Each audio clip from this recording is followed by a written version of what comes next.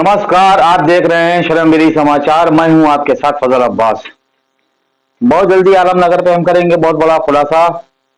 इसके साथ ही आज की सबसे बड़ी खबर आ रही है नजीबाबाद बिजनौर के जोगीरामपुरा से, कि जहां पर बहुत हालात खराब हो चुके हैं। बताया जाता है, उनका कहना है कि जोगीपुरा में कुछ समय के लिए सिक्योरिटी बने रहे मोहम्मद अब्बास और मुन्ना के कार्यकाल में बहुत अच्छे बहुत सुंदर काम हुए। जायरीनों ने इसकी प्रशंसा की। इन्हीं की जेर निगरानी बेहतरीन मखसूसी का प्रोग्राम हुआ, जिसमें 3 दिन की मजलिसें होती हैं। 4 दिन का प्रोग्राम होता है, 3 दिन मजलिसें होती हैं, चौथे दिन महफिल होती है। तो हर श्रद्धालु ने हाथ उठाकर दुआ दी थी। उसकी हमने आपको वीडियो भी दिखाई। लेकिन अचानक ही मुन्ना भाई के इस्तीफे से लोगों के अंदर एक सदमे की लहर दौड़ गई कि इतना अच्छा काम करने वाला सेक्रेटरी ने इस्तीफा क्यों दिया। लेकिन इसके कारणों का पता नहीं चल पाया था, क्योंकि इनके रिजाइन करने के बाद हिस्ट्री शीटर शमील अपराधी द्वारा बनाए गए प्रबंधक ने, जब से वो प्रबंधक बना उसके बाद से काफी सियासी सरगर्मियां देखने को मिली। यानी कि ये मान के चलें कि एक छोटे पद पे बैठाया गया व्यक्ति कि जिसके पास ना ही एजुकेशन हो और ना ही उसको कोई एक्सपीरियंस हो, और उसको केवल इस बेस पर बिठा दिया जाए कि एक हिस्ट्री शीटर द्वारा बिठाया गया है, और वो हिस्ट्री शीटर है मौलाना सैयद कल्बे जवाद का भाई और अली जैदी। ये सब एक ही परिवार के हैं। तो आप जाहिर सी बात है समझ सकते हैं कि इनके द्वारा अगर किसी की इनकी सिफारिश पर बैठाया गया होगा तो फिर जाहिर सी बात है कि सिक्योरिटी या ज्वाइंट सिक्योरिटी की भी इसके आगे नहीं चलती होगी। हो सकता है, लेकिन पूरा गारंटी से नहीं कह सकते कि यही वजह होगी। लेकिन लोगों का मानना है और बुद्धिजीवी भी यही कह रहे हैं, प्रबंधक के शमील हिस्ट्री शीटर द्वारा बिठाए जाने के बाद वहां पर कुछ ऐसा माहौल देखा गया कि जिससे लग रहा था कि मोहम्मद अब्बास जल्द इस्तीफा दे देंगे, क्योंकि वहां पर ऐसे कुछ हालात बन रहे थे। लेकिन मोहम्मद अब्बास के रिजाइन करने के बाद जायरीनों की शिकायतों के साथ बहुत कुछ ऐसा हुआ कि जिसको हमने इसलिए नहीं बताया कि किसी की दिल आगारी ना हो, क्योंकि वहां पर कुछ काम करने वाले अच्छे लोग भी हैं। लेकिन जाहिर सी बात यह है कि चलती उसकी है कि जो किसी का भेजा हुआ चमचा होता है। आजकल वहां जोगीरामपुरे के दुकानदारों में बड़ा रोष देखा गया। इसकी वजह एक चीज आपको बताते चले कि बुक्कल नवाब द्वारा वहां पर बिजली का ट्रांसफार्मर लगाया गया था, लाइट का कनेक्शन दिया गया था। ये हुआ था विशाल मेहंदी के दौर में। उसके बाद से सिलसिला चलता रहा, बिल जमा नहीं हुए, बकाया रहा, कभी जमा हो गए, कभी बिजली का बिल बढ़ गया, और धीरे धीरे ऐसे हालात होगा कि जब मुन्ना भाई का कार्यकाल था मोहम्मद अब्बास का, तो इन्होंने बिजली का बिल आधे से ज्यादा पे करा दिया था। और काफी अच्छा सरकार की तरफ से भी सपोर्ट मिला था। लेकिन उसका क्या हुआ वो कमेटी के लोग ही बता सकते हैं कि वो बाउंड्री कराई गई, क्या हुआ। खैर बहरहाल मुन्ना भाई के बाद जो है माहौल वहां बद से बदतर हो चुका है, जिसकी जीती जाती मिसाल है इन दुकानदारों की लाइट।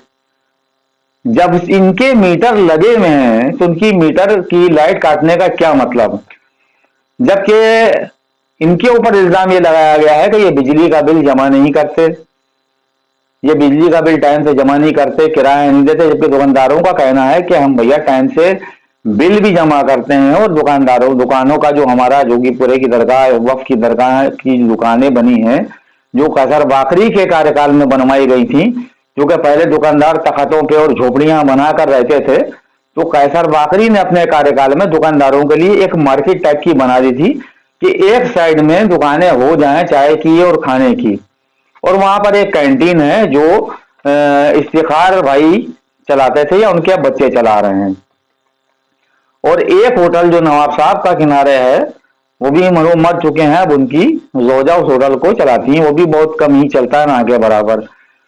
तो जब दुकानदारों की लाइट बिना किसी कारण काट दी जाएगी तो दुकानदारों में रोष पैदा हो गया। उन्होंने वहां पर अनिश्चित काल के लिए दुकानें बंद कर दी, जिससे इस कड़ी ठंड में जो यहाँ से जाने वाले या दूर दराज से आने वाले श्रद्धालु हैं, जायरीन हैं, उनको चाय पीने की और खाने पीने की बहुत दिक्कतों का सामना हो रहा है। बहरहाल देखते हैं इसके बारे में चेयरमैन क्या एक्शन लेते हैं। क्या शमीर अपराधी द्वारा बैठाया गया प्रबंधक कि जिसने माहौल को गंदा किया और जिसके कारण ही बताया जा रहा है कि सिगरेटी मुन्ना भाई ने इस्तीफा दिया, तो क्या उसको हटाया जाता है या उसको बिठाए या उसको उसी के पद पर बाकी रखा जाता है, ताकि जो भी और रही सही कसर है बेइज्जती होने की वो पूरी हो जाए। बहरहाल देखते हैं आगे क्या होगा। हमारे संवाददाता ब्यूरो चीफ कमर हैदर की जोगीरामपुरा से एक रिपोर्ट देखें। ये जोगीरामपुरा नजफीन दरगाह आलिया के वो दुकानदार हैं जो बैठे हुए, जैसा कि आप देख सकते हैं कि सामने सब दुकानें इन्होंने बंद कर दी हैं इसके विरोध में कि उनके विद्युत कनेक्शन होने के बावजूद भी उनकी लाइट कमेटी ने काट दी, ये कहकर के ये बिजली के बिल नहीं जमा करते। अपने दुकानदारों का कहना है कि हमसे ज़्यादा पैसा लिया जा रहा था और हमने इसका विरोध किया, इसलिए इन्होंने लाइटें। वहीं जनपद अमरोहा में भाई ने भाई को गोली मारी, देखते हैं क्षेत्राधिकारी की एक बाइट। आज दिनांक 18/12/2023 को रात्रि काल में करीब 12:30 बजे नितिन सिद्धू उम्र 28 वर्ष को उनके सगे भाई सचिन सिद्धू द्वारा पारिवारिक रंजिश के तहत गोली मारकर हत्या कर दी गई थी। इस संबंध में थाना गजरौला के तहत 302-307 आईपीसी के तहत अभियोग पंजीकृत कर शव को पोस्टमार्टम के लिए रवाना कर दिया गया है। अभियुक्त सचिन सिद्धू की गिरफ्तारी कर ली गई है एवं माननीय न्यायालय के समक्ष पेश किया जा रहा है। उधर अमरोहा पुलिस ने 2 टप्पेबाजों को किया गिरफ्तार, जिनको बताया जा रहा है कि ये दोनों चोर थे। देखिए सीओ की एक बाइट।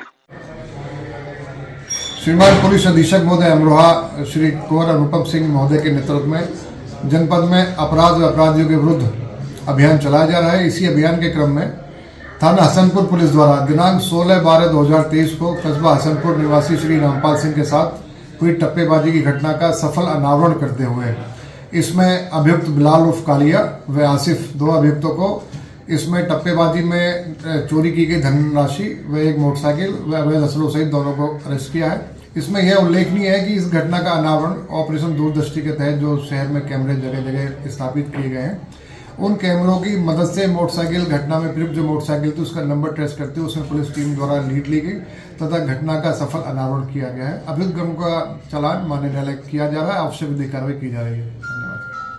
उधर जनपद अमरोहा की तहसील नौगावा सादात में तहसील दिवस के अवसर पर एसडीएम सुधीर कुमार व अपर जिलाधिकारी ने प्रचंड ठंडी के देखते हुए दृष्टिगत गरीबों को कम्बल बांटे।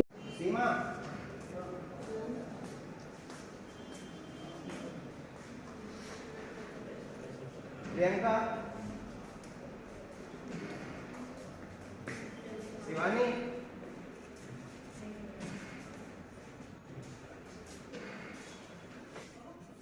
मिथिलेश पुष्पा